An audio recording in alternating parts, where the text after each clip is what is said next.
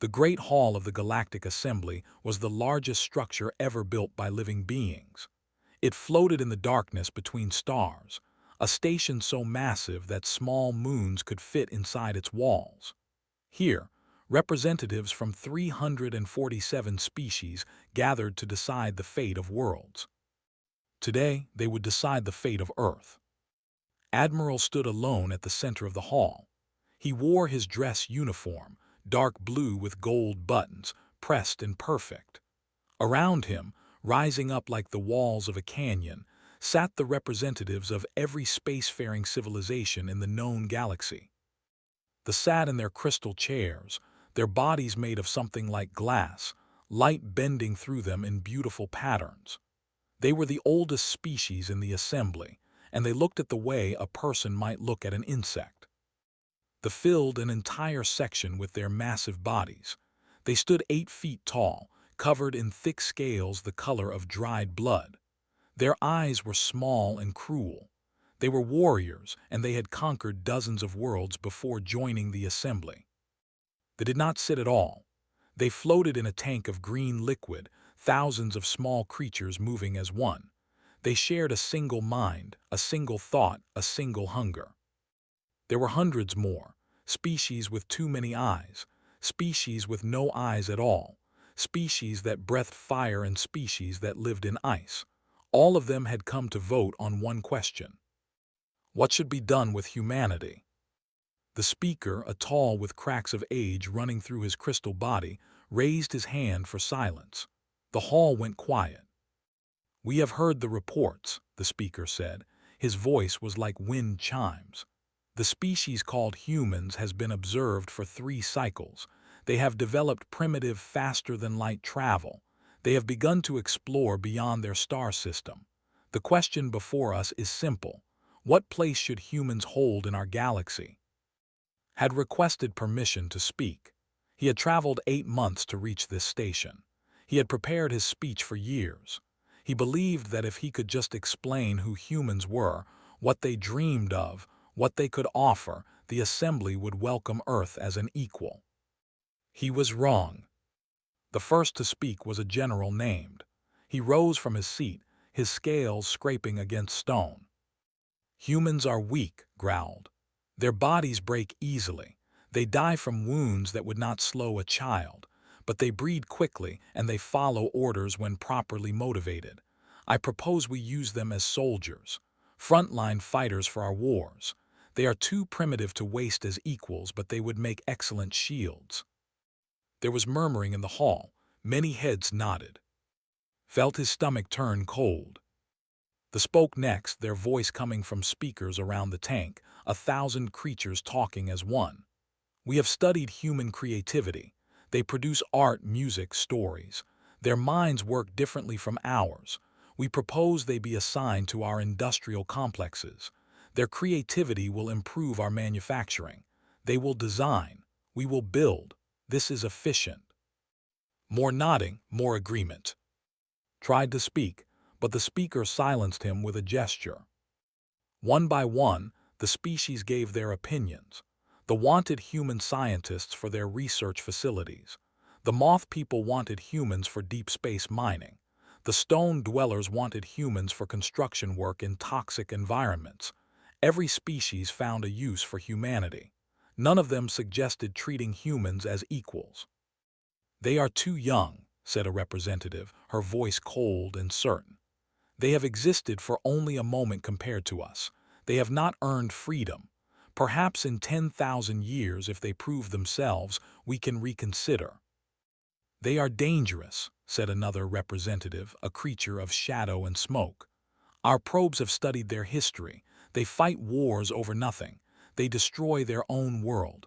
They cannot be trusted with freedom. For their own good, they must be controlled." "They are useful," they said again. "Useful things should be used." Finally, the speaker allowed to speak. The admiral walked to the center platform, his boots making the only sound in the vast hall. "My name is," he said, his voice was steady. "I am a human. I was born on Earth in a country called Korea in a city called. I have a wife. I have 2 daughters. They are 9 and 12 years old." He paused, looking around the hall at the hundreds of alien faces. You speak of using us, of controlling us, of taking our freedom because you have decided we are not ready for it, but you do not know us. You have watched us from far away and you think you understand what we are. He took a breath. We are not perfect. We have made terrible mistakes. We have hurt each other, but we have also loved each other. We have built beautiful things. We have dreamed of reaching the stars since we first looked up at the night sky. We came here hopping to find friends. We came here hopping to learn from you and to share what we know. His voice grew harder. If you do this thing, if you vote to enslave my people, you will not be containing a threat. You will be creating one. We will not forget. We will not forgive. And one day you will regret this choice. The hall was silent for a long moment. Then the speaker made a sound that might have been laughter. Is that a threat, little human? You stand alone in a room of gods and you threaten us. Did not look away. It is not a threat. It is a promise. And I do not stand alone. I stand for 8 billion people who do not know yet what is about to happen to them. 8 billion people who have done nothing wrong. 8 billion people who only wanted to touch the stars. The vote was held. 347 species. 347 votes. Every single one voted for enslavement. The speaker announced the result without emotion. It is decided. The species known as humanity will be classified as a labor resource. Occupation fleets will be dispatched immediately. Humans will be collected, cataloged, and distributed according to need. Stood perfectly still as the words washed over him. He had failed. His people would suffer. His daughters would grow up in chains if they grew up at all. But as they led him away, he turned back one last time. We will remember, he said quietly.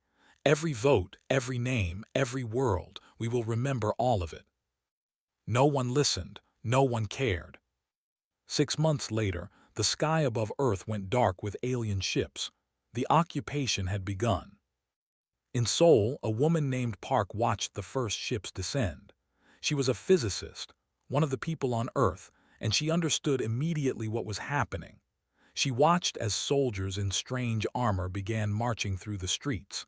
She watched as families were torn apart, loaded onto transports, shipped away to unknown stars. She watched as her world ended. But as they put chains on her wrists and pushed her toward a waiting ship, she made herself a promise. She would learn everything. She would remember everything. And one day, somehow, she would make them pay. The occupation of Earth had begun, but so had something else. Something that would take 20 years to grow, something that would shake the stars. The humans did not forget. They never forgot. 20 years had passed since the occupation began. On the mining world of 4, the sun never rose. The planet was locked in eternal twilight, lit only by the glow of distant gas giants and the harsh lights of the mining facilities. Millions of humans worked here, digging precious metals from rock that would kill them slowly with poison and radiation. Lee Minyu had been here for 15 years. He was 42 years old, but he looked 60. His hair had gone gray. His hands were rough, and his back ached from bending in the tunnels, and his lungs burned from the dust he breathed every day. The overseers called him a model worker. He never complained. He never caused trouble. He met his quotas and kept his head down. They thought he was broken. They were wrong. Every night when the overseers counted their workers and sent them to their sleeping cells, Minyu stayed awake. He had found a crack in the wall of his cell, a space just big enough to hide small objects. For 15 years he had been collecting. A piece of wire here, a broken tool there, components from machines that no one would miss. He was building weapons. Not big weapons, not yet. Small things, hidden things, knives made from sharpened metal, explosives made from mining chemicals, communication devices built from stolen parts. He had taught himself to build them from memory, from books he had read as a young man on Earth, from knowledge shared in whispers by other prisoners. He was not alone. Across the mining complex, other humans were doing the same thing. They did not know each other's names. They did not meet in groups. They communicated through codes scratched on walls, through patterns of work that only humans could recognize. They were building an army, one piece at a time. On the last day of every month, Minu would tap a rhythm on the pipes that ran through the facility. 3 short, 2 long, 3 short. It meant, the sun rises. And from somewhere deep in the mines, someone would tap back. Far across the galaxy, on a station that floated in the purple clouds of a gas giant, Lieutenant served drinks to aliens who owned her. She had been captured when she was 19, taken from her mother's arms and shipped to the collective. The HAD looked at her records and decided she was too pretty for mining. They sent her to the pleasure stations instead. For 20 years she had smiled at her captors. She had learned their languages, all 12 of them. She had made herself useful, pleasant, invisible. The and their guests barely noticed her anymore. She was just furniture to them, a decoration that could pour drinks and laugh at jokes. They told her things, important things. They talked about fleet movements and security codes, about politics and plots, about the locations of military bases and the weaknesses of defensive systems. They talked freely because they did not think of her as a person. She was a thing that could hear, and things did not remember, but remembered everything. Every night she wrote her notes in a code she had invented, using a language the aliens had never learned. She hid the notes in places they would never look. She built a map of the collective's weaknesses, piece by piece, secret by secret. She had found others like her, human servants scattered across the station, all of them listening, all of them remembering. They passed information through touches, through glances, through words hidden in ordinary conversation. They were building a weapon made of knowledge. Did not know when the time would come, but she knew it would come, and when it did, she would be ready. In the crystal towers of the Dr. Park had become something valuable. After the occupation, they had searched Earth's records and found her name, a quantum physicist, one of the best. They had pulled her from the processing center and given her a choice, work for them or die in the mines. She chose to work. For 20 years she had helped them build weapons, terrible weapons, devices that could crack planets open, that could tear holes in space itself, that could end civilizations in moments. They were proud of their inventions, and they were proud of their human scientist who made them possible. They did not know what else she was building. Had access to the most advanced computers. She helped design the systems that controlled their weapons, their ships, their defenses. And in those systems, hidden deep in the code, she had planted something. A sleeping program, a virus that looked like ordinary data. It did nothing, year after year, waiting for a signal that might never come. If that signal ever arrived, every weapon they had built using human knowledge would turn against them. Their ships would stop responding. Their defensive grids would open. Their most powerful weapons would aim at their own worlds. Was 63 years old now. Her hair was white and her hands shook sometimes when she was tired. But her mind was still sharp and her hatred was still hot. She had not forgotten soul burning. She had not forgotten her family, lost somewhere in the stars. She had not forgotten the vote. She worked in her laboratory, surrounded by who thought they owned her, and she smiled. They had no idea what she really was. In the dark spaces between occupied worlds, a man named was building something impossible. He had been a pilot before the invasion. When the aliens came, he had fought. He had shot down 17 enemy fighters before his ship was destroyed. He had floated in space for 3 days, sure he was going to die, before a passing cargo ship found him. That ship was crewed by humans, escaped slaves who had stolen their vessel and fled to the edges of known space. They pulled from the void, and they showed him what they had built. A fleet. It was small at first, a dozen ships held together with stolen parts and desperate hope, but over 20 years it grew. Every human who escaped slavery found their way to eventually. Every ship they could steal, buy, or build was added to the fleet. They hid in asteroid fields and empty systems, moving constantly, never staying in one place long enough to be found. Was 54 now, and he commanded 300 ships, not enough to challenge the galactic powers directly, but enough to matter, enough to make a difference when the time came. He had spent 20 years sending messages across the galaxy, coded signals hidden in ordinary transmissions. Instructions passed through networks of escaped slaves. He had found Lee Minyu on 4 and told him to keep building. He had found on the pleasure station and told her to keep listening. He had even found a way to contact Park on the. They had never met in person, but they were connected. They were pieces of a plan 20 years in the making.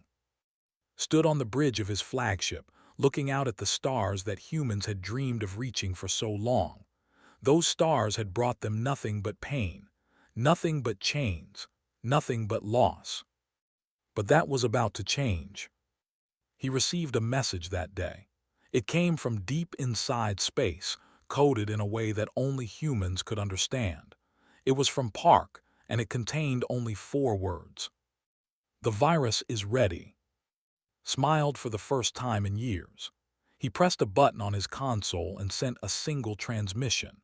It went to every human settlement in the galaxy, to every mining world and pleasure station, to every laboratory and factory where humans served their alien masters.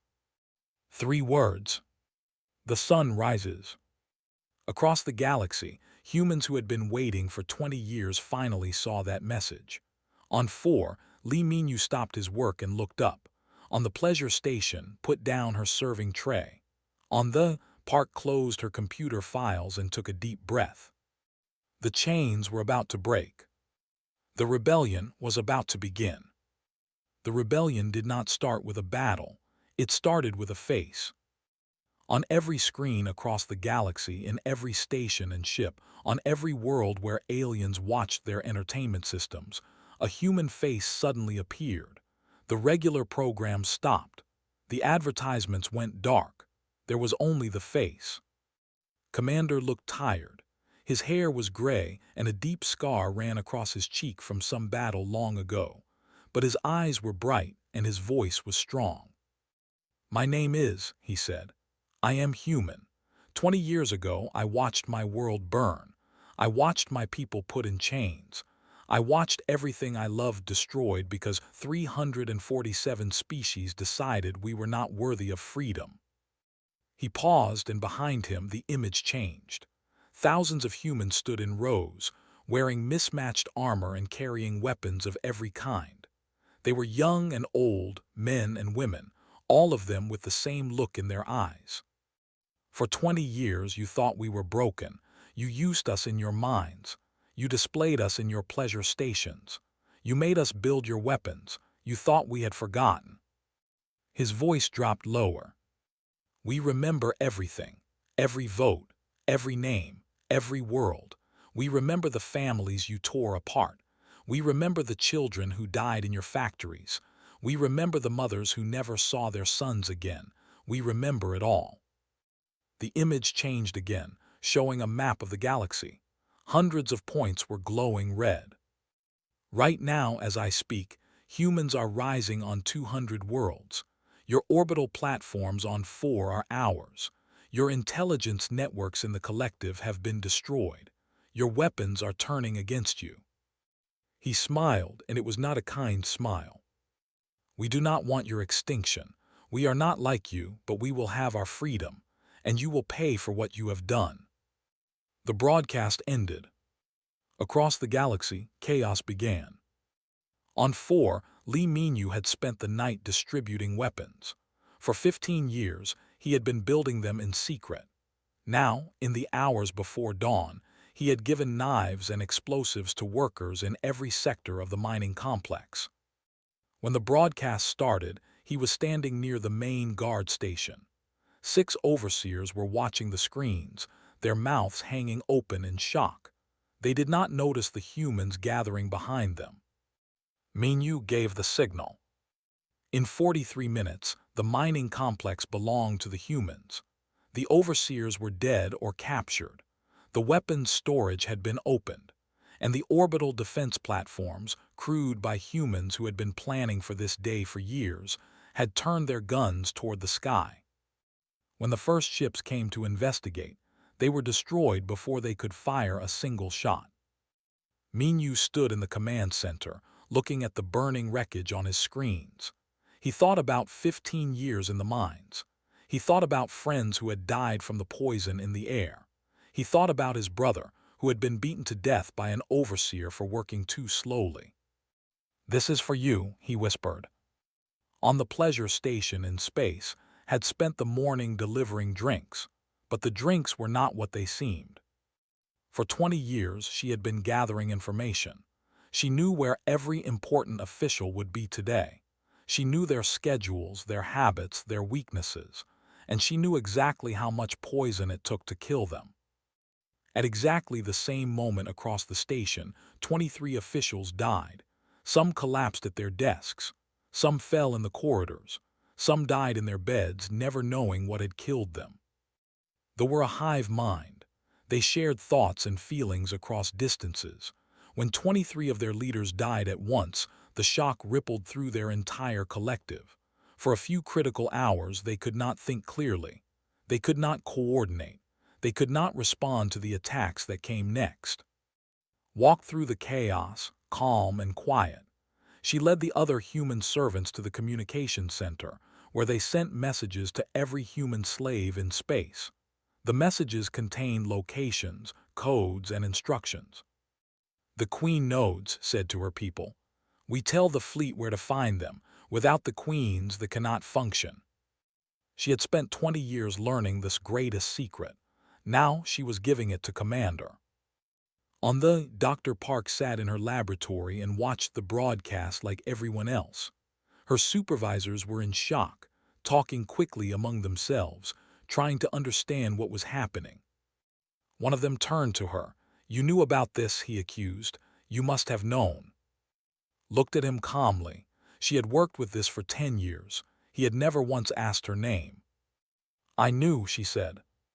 She pressed a button on her console. Across every weapon system that humans had helped build went dark.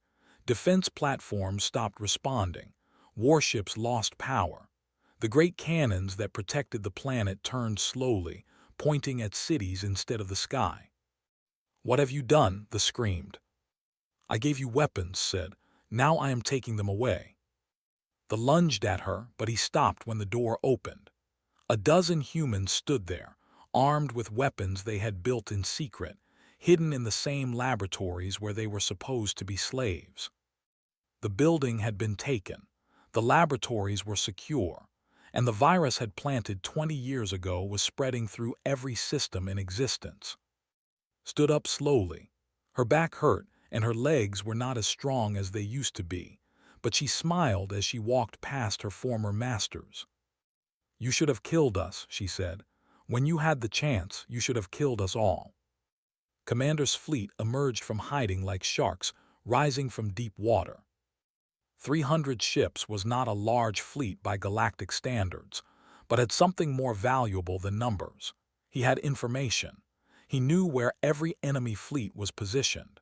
He knew which systems were defended and which were weak. He knew the locations of supply depots, communication relays, and command stations. Intelligence. Lee Minyu's captured platforms, Park's virus, 20 years of preparation all coming together at once. The first target was the supply line to 4.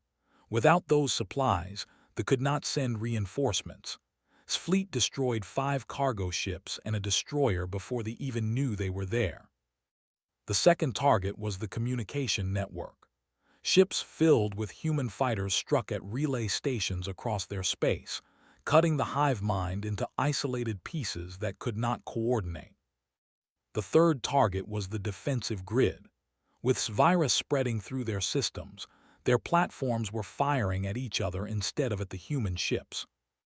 In a single day, the balance of power in the galaxy shifted. The Galactic Assembly called an emergency session. Species that had ignored humans for 20 years were suddenly screaming about the human threat. They demanded action. They demanded fleets. They demanded that these rebellious slaves be crushed immediately. But their fleets were in chaos. Their communications were disrupted. Their supply lines were broken. And more human slaves were rising every hour on more worlds, armed with weapons built from 20 years of hate.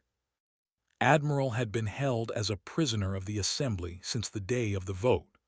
They had kept him alive as a symbol, a reminder of what happened to species that galactic order. Now, as the Assembly argued and panicked, the guards came to his cell. But they were not guards. They were human, wearing stolen uniforms and carrying stolen weapons. "Admiral," the leader said, "Commander sends his respects. Your ship is waiting." Stood up slowly. He was older now, his hair completely white, but his back was straight and his eyes were clear. 20 years, he said quietly. "I told them we would remember." The guard smiled. "Sir, we never forgot." Together, they walked out of the prison, out of the station, and into a galaxy that was finally starting to burn. That had never been invaded. In 10,000 years of history, no enemy had ever reached their soil. There were warriors, and their world was a fortress, protected by 300 defense platforms and the largest fleet in the galaxy. General stood on the bridge of her flagship and looked at that fortress through her. She was 40 years old, small for a human, with short hair and a face that rarely smiled. Her arms were covered in scars, memories of the fighting pits where they had forced her to kill for sport. They had taken her when she was 12. They had made her into a gladiator, a toy soldier who fought other prisoners for entertainment. She had killed her first opponent when she was 14. She had lost count of how many came after. But she had survived. She had learned. She had become the deadliest fighter the pits had ever seen. And when Commander's people had found her, she had escaped with nothing but the clothes on her back and a hatred that burned like a star. Now she commanded 400 warships, freed slaves from 100 worlds, all of them with their own stories, their own scars, their own reasons to fight. "General," her tactical officer said, "they are forming a defensive line, 200 ships." Nodded. "They think they can hold us here while their other fleets arrive. They think this is a normal battle." She pressed a button on her command chair. The signal went to every ship in her fleet. "All ships, this is General. We are not here to fight a battle. We are here to send a message. 20 years ago, they voted to enslave our people. They wanted us as meat shields for their wars. They wanted us to die for their entertainment." Her voice was cold and flat. "Today, we show them what they made us into." The human fleet moved like nothing they had ever seen. They had fought against organized enemies before, enemies with formations and strategies and rules. Humans did not fight like that. Ships scattered in every direction, then regrouped without warning, striking at weak points in the line. Small attack craft flew suicide runs against larger vessels, doing damage far beyond their size. Ships that seemed destroyed suddenly came back to life, firing until their last breath. They were stronger, their ships were bigger, their weapons were more powerful. But humans were willing to die, and that made all the difference. The battle lasted 9 hours. By the end, the defensive line was gone, 140 ships destroyed, 60 more captured, the rest had fled. His fleet had lost 70 ships, thousands of humans were dead, but they had won. She opened a channel to the planet below. "This is General of the Human Liberation Fleet. Your defensive fleet is destroyed. Your orbital platforms are falling. You have one chance to surrender. Take it or watch your cities burn." The general who responded was shaking with rage. "You think you have won? You are insects. We will crush you. We will." Cut the transmission. She looked at her weapons officer. "Target the capital city's industrial district. Show them we are serious." The first bombardment destroyed 3 factories and a military base. No residential areas were hit. No civilians were harmed. It was a warning. The second transmission came within the hour. They were surrendering. Felt nothing as she accepted. No joy, no satisfaction, just emptiness. She had dreamed of this moment for 20 years. Now that it was here, all she could think about was the friends she had killed in the fighting pits, the humans that had forced her to murder for sport. "General," her tactical officer said quietly, "we did it." "I know," replied, "it does not bring them back." But it was a start. Admiral returned to command like a legend come back to life. The young officers who served him had grown up on stories about the man who had the Galactic Assembly. Now he walked among them, older and grayer, but with the same fire in his eyes. His target was the collective. Thanks to Lieutenant's 20 years of intelligence work, he knew exactly where to strike. There were a hive mind, millions of small creatures sharing one consciousness. But that consciousness had a structure. There were queen nodes, special locations where the most important connections were maintained. Destroy enough queen nodes and they would fall apart. Had identified every queen node in existence. She had mapped their locations, their defenses, their weaknesses. She had given everything he needed. "Lieutenant," said as they prepared for the assault, "you did this. 20 years as their servant and you destroyed them from within." Stood beside him on the bridge. She was older now, her face lined with years of hidden pain, but her eyes were bright. "They never saw me as a person," she said. "They told me their secrets because they thought I was furniture. They never imagined furniture could remember." "What do you want when this is over?" She thought for a moment. "I want to go home. I want to see Earth again. I want to walk on grass and feel rain on my face." She paused. "I want to forget all of this." Understood, he wanted the same thing. But first, they had work to do. The assault on the collective was not a battle. It was surgery. Human ships struck at queen nodes across their space, destroying them before they could respond. Each destruction sent ripples of chaos through the hive mind. They could not coordinate. They could not think. Broadcast a message as the final queen node crumbled. "We offered you peace," he said to the dying hive. "We offered you friendship. You voted to enslave us instead. You wanted our creativity for your factories. You wanted our minds as tools." His voice was ice. "Now you have nothing." The collective, the oldest hive mind in the galaxy, fragmented into a billion isolated pieces. They would never fully recover. One by one, the species that had voted for humanity's enslavement faced judgment. Some surrendered immediately. They saw what had happened to and they chose survival. Human soldiers accepted their surrender and began the work of freeing slaves, documenting crimes, preparing for trials. Some fled. They packed their ships and ran for the edges of known space, hopping to escape human vengeance. Some succeeded, most did not. Some fought. They believed they could still win, that humans were still just slaves who had gotten lucky. Those species learned the truth in fire and blood. They fought the hardest. They were the oldest species in the galaxy, the ones who had led the vote for Earth's enslavement. They would not bow to primitives. But Dr. Park's virus was still spreading. Every day more systems failed. Their ships lost power. Their weapons turned on their operators. Their communications went dark. Commander led the assault on the border worlds himself. He was not a cruel man, but he was not a forgiving one either. They had called him an insect. They had laughed at Admiral's warning. They were not laughing now. "Commander," his communications officer said, "we are receiving surrender requests from 42 colonies." Nodded, "Accept them all. Send occupation forces. Begin freeing human prisoners immediately." And looked at the star map.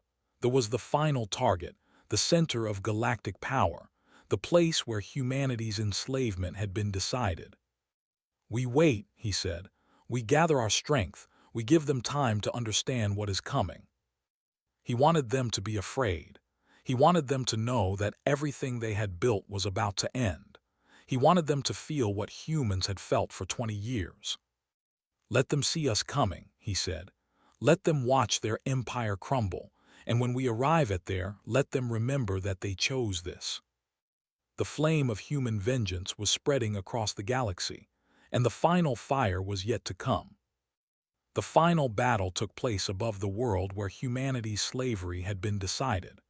The great station of the Galactic Assembly still floated in orbit, its crystal towers catching the light of a dying sun. Below it, the glittered with ancient cities and desperate defenses. The combined fleets of the remaining alliance had gathered here. 2,000 ships from 100 species, all of them sworn to destroy the human rebellion before it consumed everything they had built. They outnumbered the human fleet 3-1.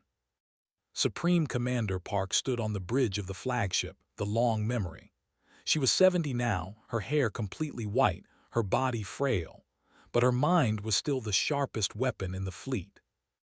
Around her stood the other commanders. Admiral freed from prison, wearing his old uniform again.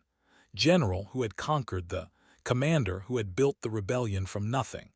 Lieutenant whose information had made victory possible. Captain Lee Minyu who had turned the minds of 4 into a fortress. They had all come so far. They had all lost so much. "Commander," the tactical officer said, "Alliance fleet is moving to intercept." Looked at the display. 2,000 ships spreading out to block their approach. Behind them, ahead of them, the final obstacle. "Open a channel," she said. "Let them hear us." Her face appeared on every screen in the enemy fleet. Old, tired, determined. "My name is Park. 20 years ago, I watched my city burn. I watched my family disappear into alien ships. I watched my world enslaved because you decided we were not worthy of freedom." She took a breath. "I spent 20 years as your prisoner. I built your weapons. I smiled at your masters. I pretended to be broken. And every single day I worked to destroy you." The enemy fleet was getting closer. Weapons were charging. In minutes, the final battle would begin. "You asked what humans were good for. You decided we were only fit for labor and war. You were half right. We are very good at war, but not as your tools."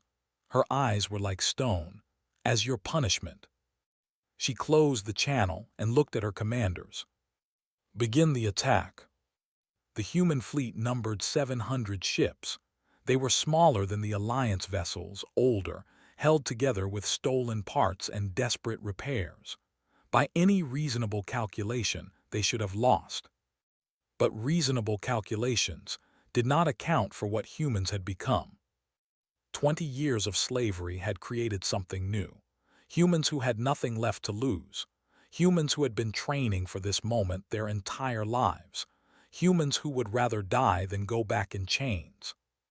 General's battle group struck first, diving into the heart of the enemy formation.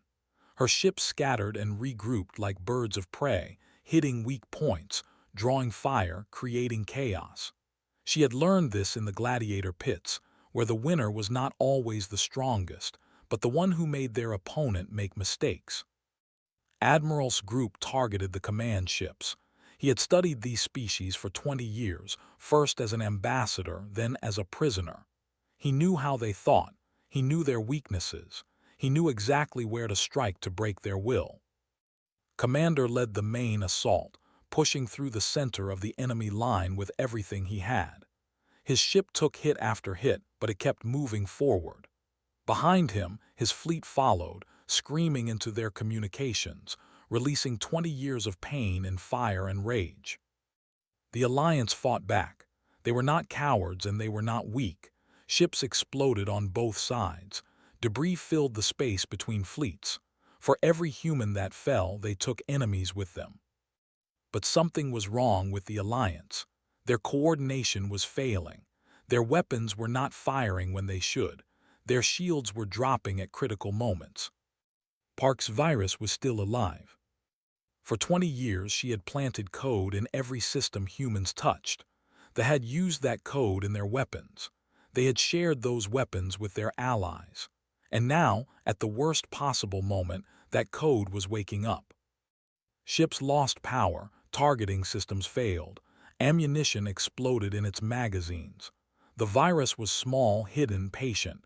It could not destroy fleets by itself, but it could create confusion. It could cause mistakes. It could tip the balance. Admiral said from her station, "Alliance flagship is vulnerable. Their shields are cycling." Looked at. Without speaking, they all understood. "All ships," commanded. "Concentrate fire on the flagship, everything we have." 700 ships turned as one. Every weapon, every missile, every beam of light focused on a single point. The Alliance flagship lasted 12 seconds. When it exploded, something broke in the enemy fleet. They had believed they were untouchable. They had believed humans could never truly threaten them. Now their command ship was gone, their systems were failing, and humans were still coming. Ships began to flee.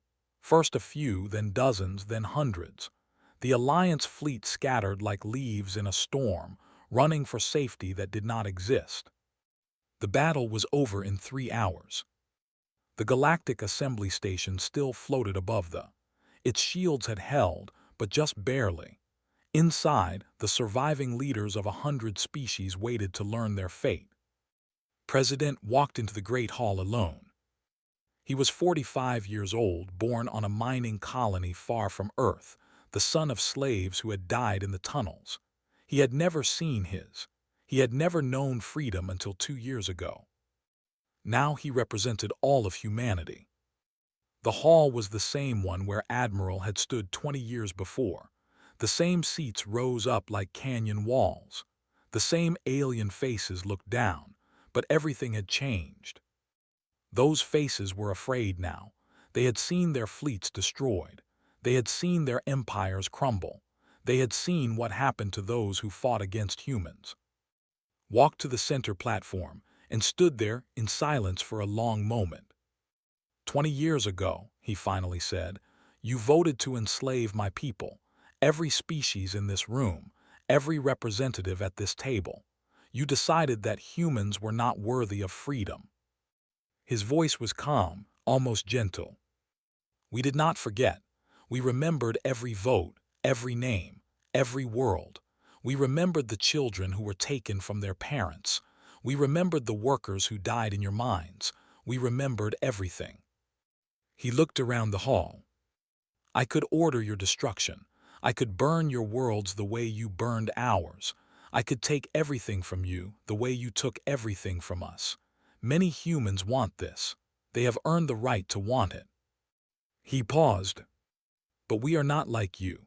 We came to the stars hopping to find friends. You taught us that the universe was cruel, that power was all that mattered, that compassion was weakness. You were wrong.